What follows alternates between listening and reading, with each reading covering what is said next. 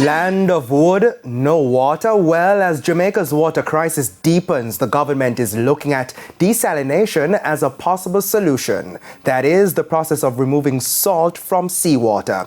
It follows a $61 million initiative between Jamaica and the United States. Kalisha Williams has that story. The drought in 2023 was the worst in Jamaica's history, and according to Minister with responsibility for water, Matthew Seawater, 2024 is on track to become the second driest on record.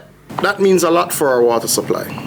Jamaica is a developing nation with age-old issues, so it's not that we've necessarily over the last 60 years done a good job of managing our distribution of potable water.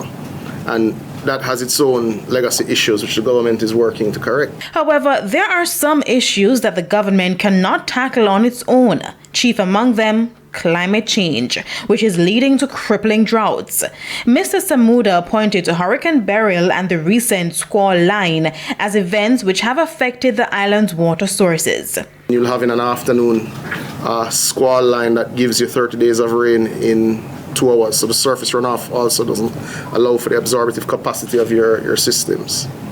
But then you'll have a situation where you just went through a hurricane and the reservoir isn't full, because the very nature of our hurricanes and storms are changing. To bridge some of those gaps, the government is advancing plans to turn seawater into potable water. It will be done through a process called reverse osmosis desalination, which is basically removing the salt and contaminants from seawater to make it fit for domestic use. The resulting filtered water is now very much in demand by the Jamaican public for domestic purposes. It followed a $60 million contract signing between the National Environment and Planning Agency and the U.S. Trade and Development Agency on Friday.